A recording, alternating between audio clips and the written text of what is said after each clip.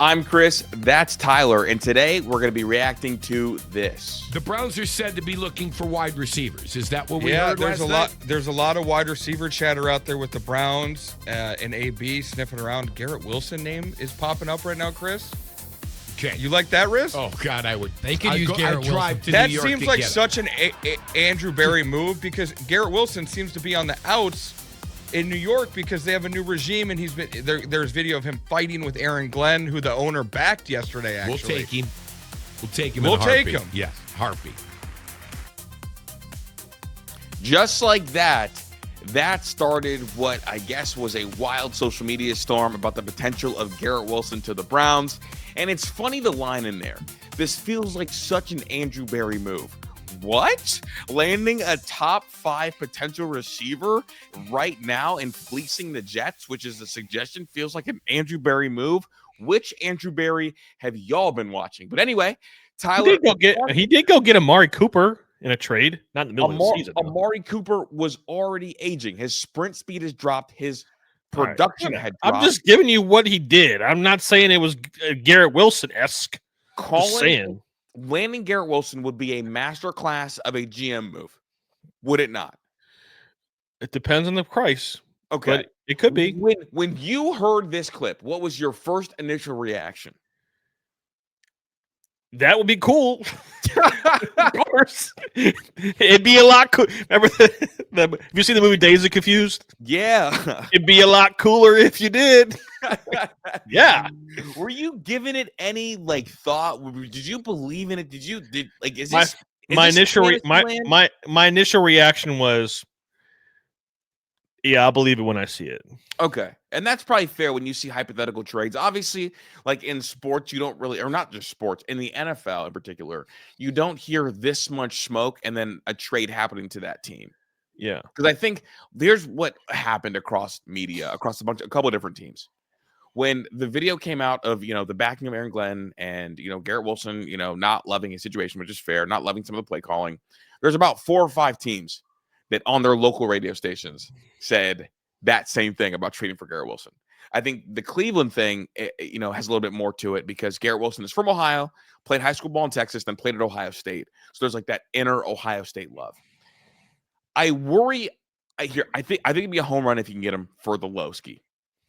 I do wonder though, is it too early to get him? Now he is a cost-controlled player till 2030. So you give him for his entire prime, essentially, and then you have to pay him or trade him on the back end. But you don't have a quarterback, and that should be the number one priority unless you feel like you like a quarterback in this next draft, and you'll be able to pick one with a pick that you're not sending Garrett Wilson away for. Well, on that front, I think the Browns have to take a quarterback.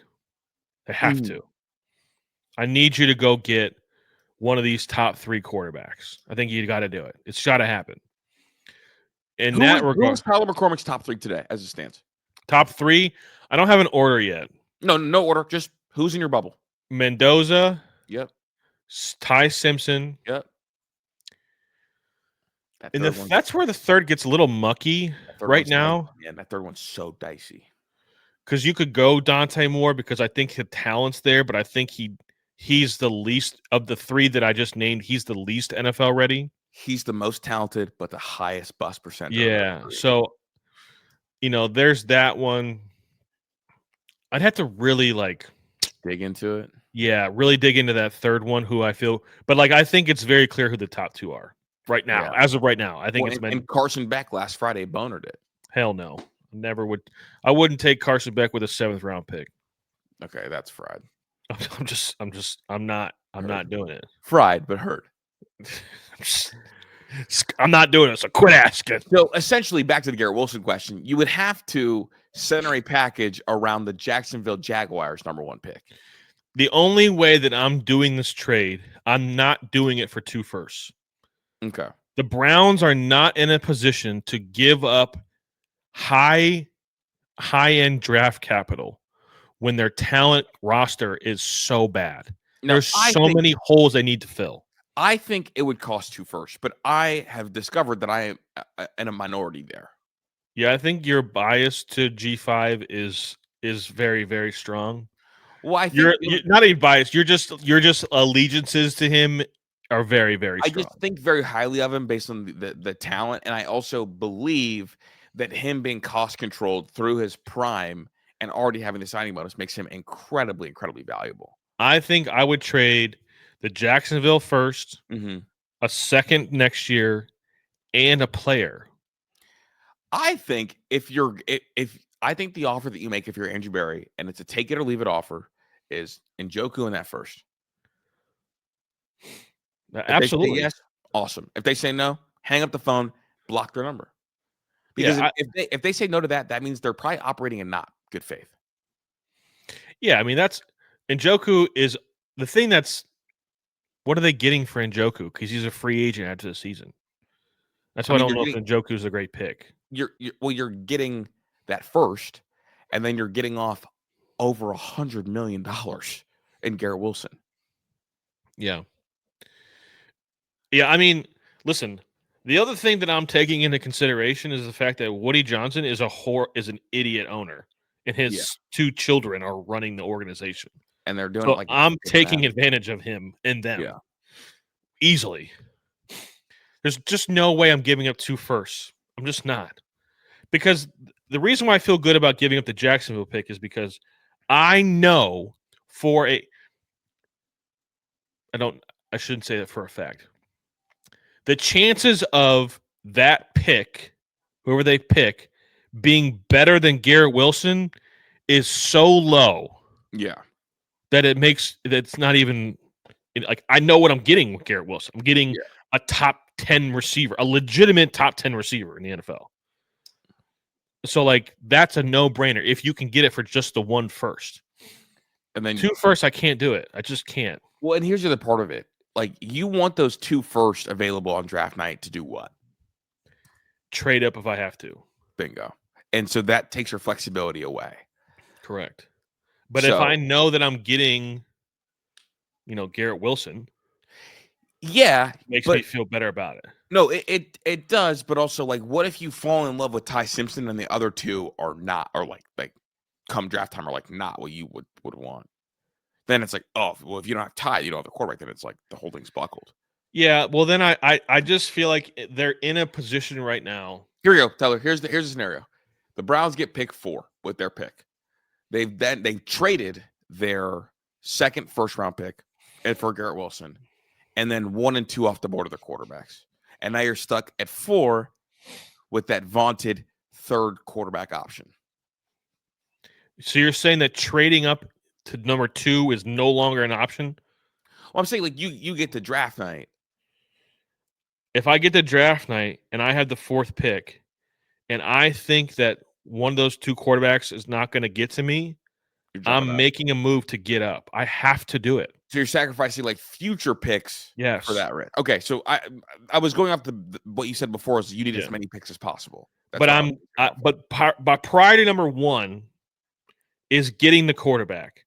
Priority number 2 is having as much high-end draft capital as possible.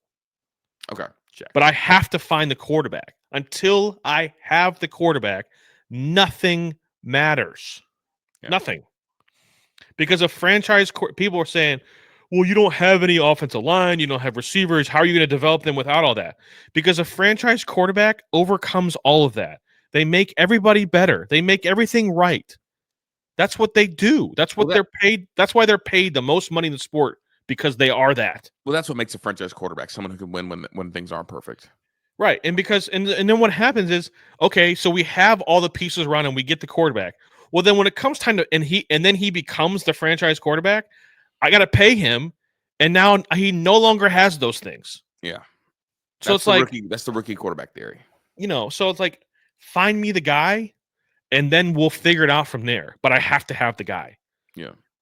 And so that kind of leads us in here. Like, is it too early, or is there enough football that Dillon Gabriel has played that we can make a decision on Dillon Gabriel? You go first because you've got some other Drew Brees made a comment that a quarterback needs about 50 starts in college and the NFL before you can make a judgment on them.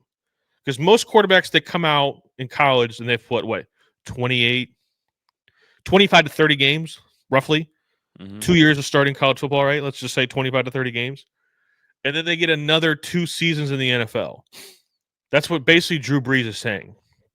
Well, Dylan Gabriel played the most football in college football history.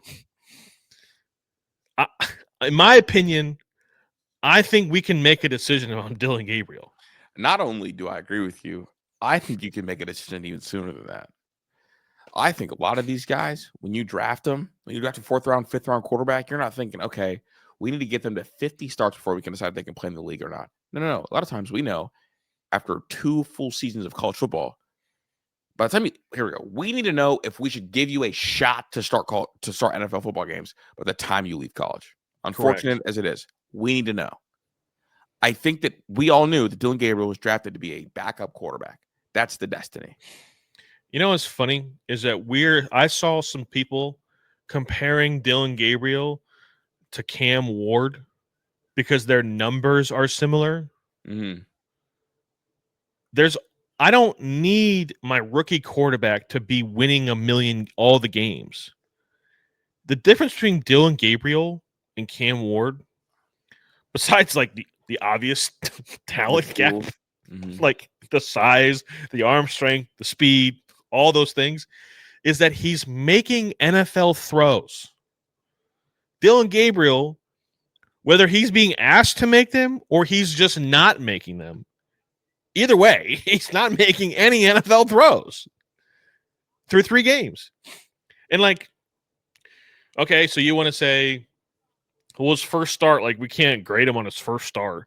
Okay, well then last week it was a hurricane essentially. We can't. I mean, at some point you got to make a decision, dog. And like we can all see it. Unfortunately for him, Dylan Gabriel was not blessed physically. And everybody gets told when they play sports that they get to a certain level and they're just not good enough anymore. That's just reality. You know what I keep going back to? Dog, we made a decision after 7 games on Josh Rosen. I'm good. Yeah. It's like, come on, y'all. Yeah. And it's just like, there's nobody can look me in the eye and with their whole heart tell me that Dylan Gabriel is a franchise quarterback that's capable of leading a team to a Super Bowl. Nobody can tell you that. So if that's not the case, and I'm kind of backing off of my, like, if you're not trying to win, like, you should always be trying to win the Super Bowl. But, like, I just need someone that's capable of getting me there. And he's not capable of doing that. Oh, he just doesn't have it, dude. No. So, like, move on. Like, you got to go find me the quarterback. Now, do you think we'll see Shedeur, or are you cool? I don't know, man. I'm just so tired of this conversation because, like, on one hand, because, like, here we go. Wait, Tyler McCormick is sitting here saying he's done with Dylan Gabriel. What does that mean? Like, what's the domino effect? Well, right? Like, you yeah, let's like, I want to see Shedeur, like I do, okay. But on one hand, I'm like, okay, either the Browns are sabotaging this kid, or the kid is sabotaging this kid, or he's just not very good. Like, it's one of those two things is true. Yeah, I mean, I did see the picture of the Haslam family on the sideline, and the boys had Shedeur jerseys on. It's like, damn, okay. Yeah. It doesn't make, if, like Tony Rizzo said, he has sources, whoever that is, saying that Shedeur is going to play this year. He's going to get at least 4 games. At least 4. Yeah. The last 4 games are Bears, Bills, Steelers, Bengals. Jesus Christ.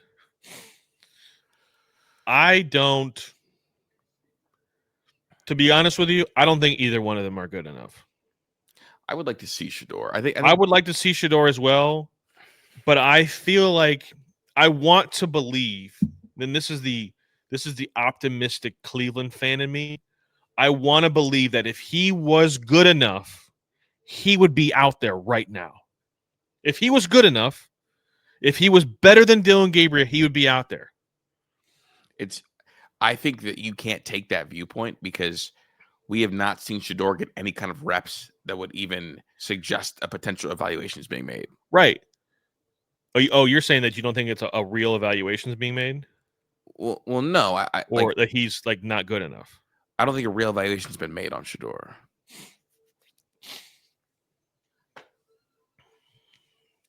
I think they drafted him as it's like a fun thing, as like a gadget, dog. That could be true too. That's also like another what is Haslam above everything else? He's a businessman.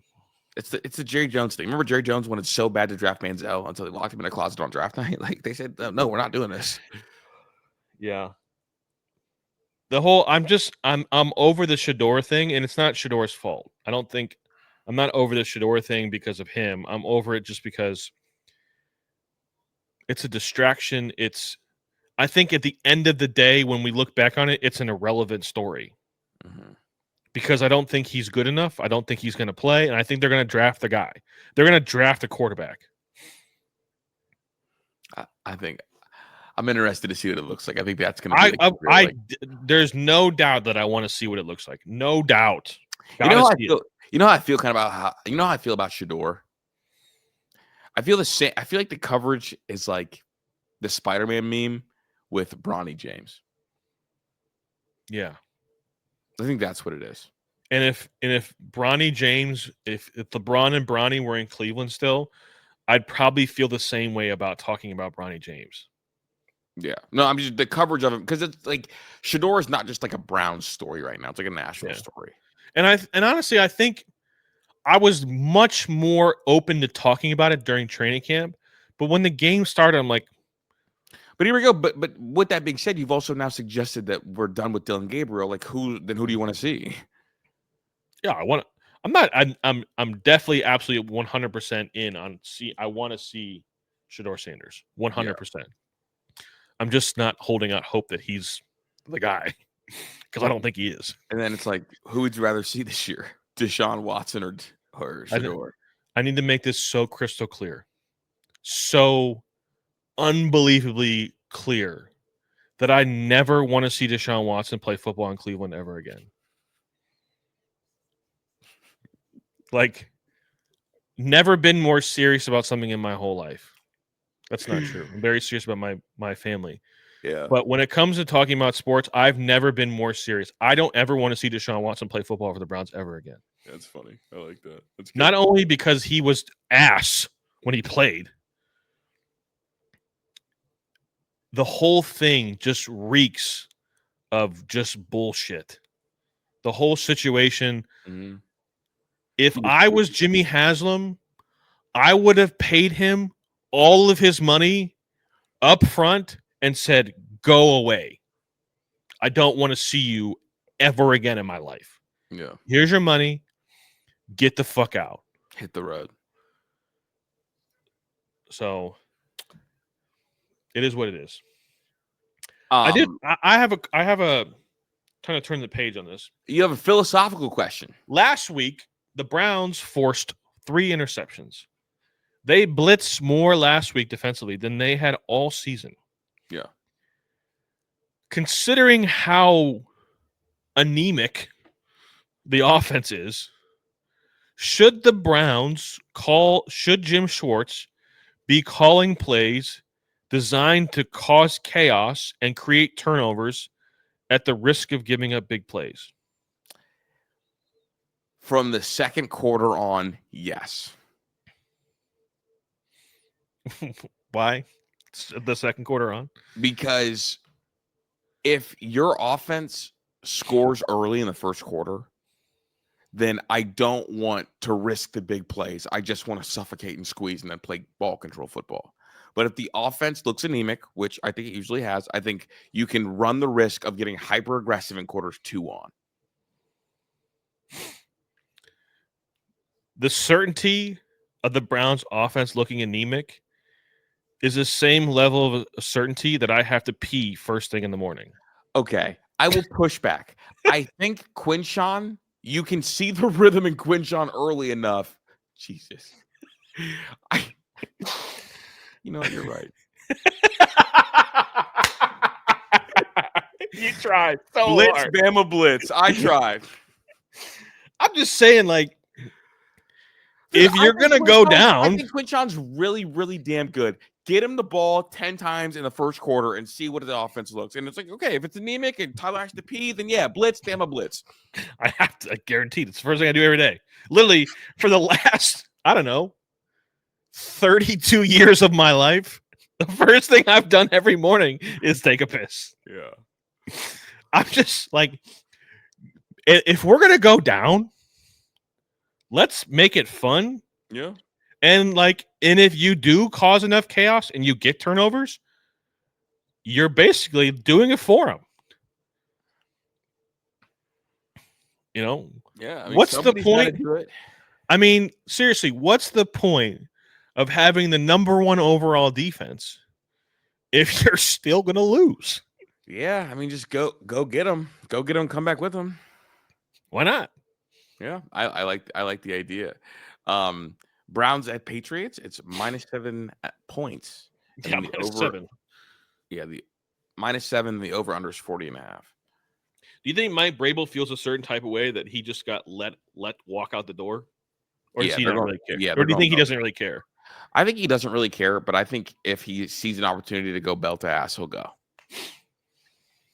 I don't think it's going to be belt to ass. I don't, because I think Jim Schwartz is done this long enough and defense is good enough. Like Drake May's still a young quarterback.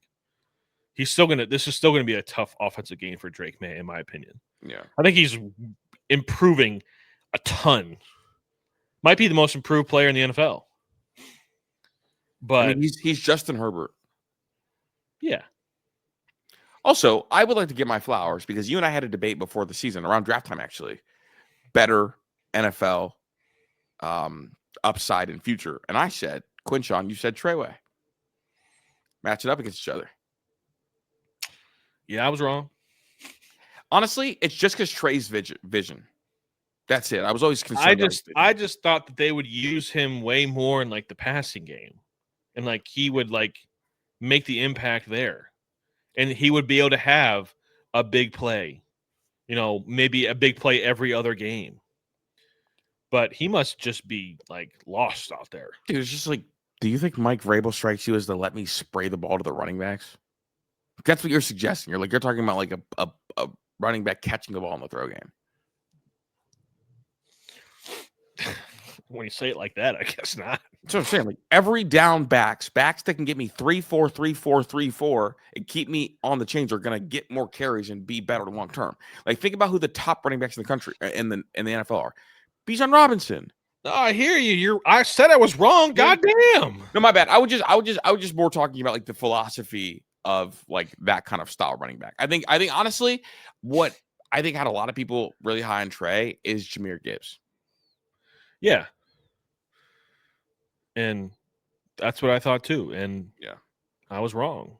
But it's going to be cool to see them back on the same field together. One of the funniest things of all time is that everyone thought that Quinshon was going to get suspended. He didn't. They knew the NBA scandal was going to hit. Yeah. Over under 40.5. Under. I'm taking the over. Oh, after just saying this is going to be a tough game for Drake May. I think they're going to score 42 points.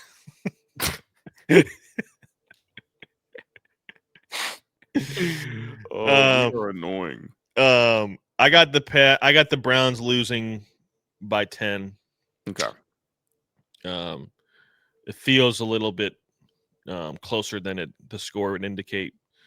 So, I mean, the Patriots are a good team, man. They're just a good team, and they're solid. They're good in, all three phases, and the Browns are not, and that's going to be the difference. So, that's okay. They're not supposed to win this game. The Browns have winnable games coming up. This just isn't one of them.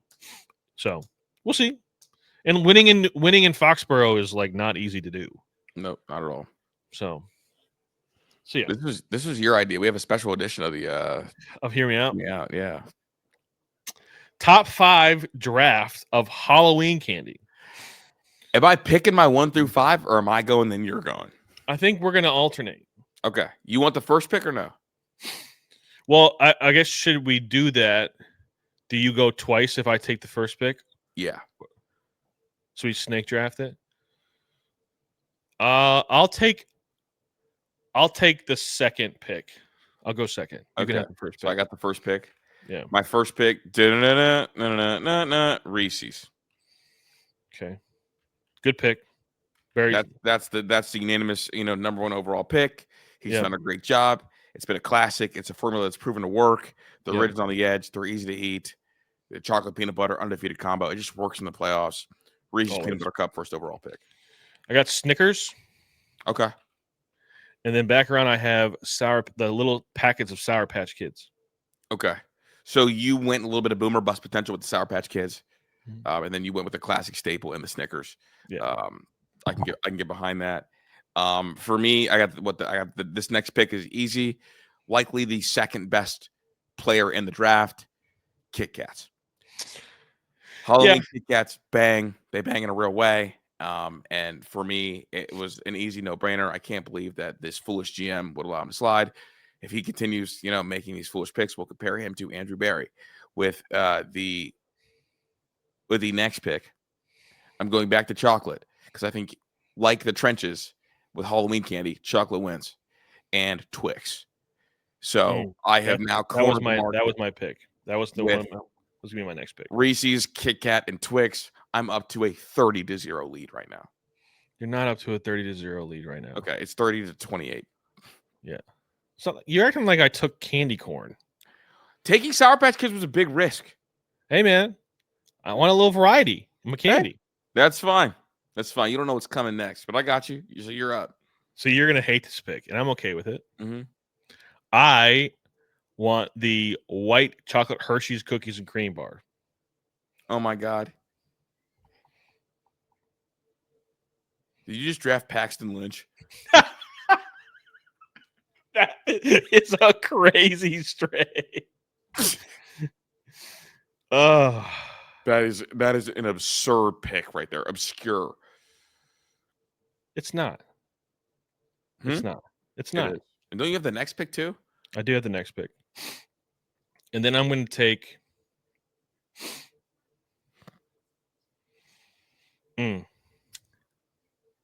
Should have thought about this a little more than I did. You're not roster building. I am. I had my first 3 picks, and then I was like, I'll figure it out from there. I'm going to take the gummy bears, the Haribos, little packets of gummy bears. You're so washed in this draft. I'm not a chocolate guy. That's fine, but I'm going to wrap up this draft with a bang, just so you know. I'm going the little Airhead strip things that are sour covered. What? Yeah, people. If you can't name them, then that shouldn't count. No, that's what they are. They're like the little sour. What's the name of the candy? What's on the wrapper? They're just sour Airheads. The little the sour Airheads? Yeah, like the little bites. What? You never heard? Come on, like dude. The Warheads? Are they called Warheads? No, they're not the Warheads. Here, I'll show you. If you can't name them, it shouldn't count. I named them. They're sour Airhead bites.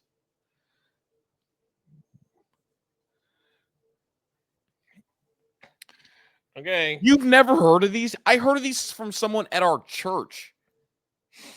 Rachel. Okay. So, all right, fine. I'll just blanket and take Airhead. No. That's fine. You can have that. You have your last pick. What's your last pick? Okay. So are we giving Airhead bites or are we just giving Airheads? Where are we at with that? You can just have Airheads. You can have it.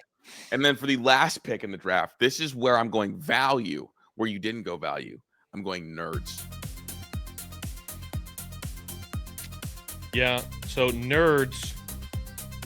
Are you taking? Okay, that's fine. You can have nerds. All right, my last pick, and I'm going to go value here. I'm going to go peanut M&Ms. That's your best pick of the draft.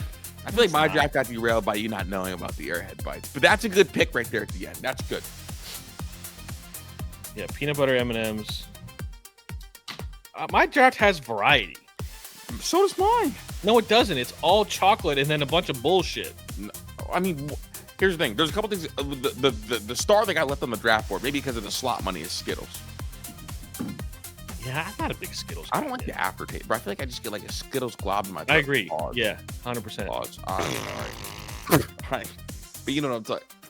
All right, bro. I'm Chris. Let us know who won. Let us know who won in the comments. Peace.